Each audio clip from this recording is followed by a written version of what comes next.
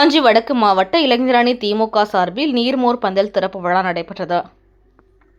காஞ்சிபுரம் வடக்கு மாவட்ட இளைஞரணி திமுக சார்பில் பல்லாவரம் தர்கா சாலையில் மாவட்ட இளைஞரணி துணை அமைப்பாளர் பல்லாவரம் ஜானகிராமன் அவர்களின் தலைமையில் பொதுமக்களின் தாகம் தீர்க்கும் நீர்மோர் பந்தலை காஞ்சி வடக்கு மாவட்ட கழக துணை செயலாளரும் பல்லாவரம் சட்டமன்ற உறுப்பினருமான கருணாநிதி அவர்கள் திறந்து வைத்து பொதுமக்களுக்கு இளநீர், நுங்கு, மோர், ரோஸ் மில்க், பாதாம் மில்க், தர்பூசணி, கிர்னி பழம், வெள்ளரிக்காய், ஆரஞ்சு பழம், வாழைப்பழம், திராட்சை ஆகியவற்றை வழங்கினார். இந்நிகழ்ச்சியில் மண்டல தலைவரும் பல்லாவரம் வடக்கு பகுதி கழக செயலாளருமான ஜோசப் அண்ணாதுரை,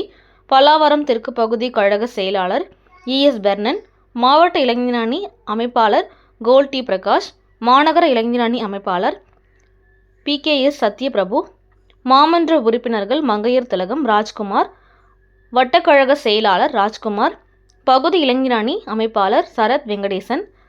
ஷாகுல் ஷமீது மற்றும் பகுதி மாவட்டம் மாநகர நிர்வாகிகள், வட்டக்கழக செயலாளர்கள், மாமன்ற உறுப்பினர்கள் அனைவரும் கலந்து கொண்டு நிகழ்ச்சியை சிறப்பித்தனர்.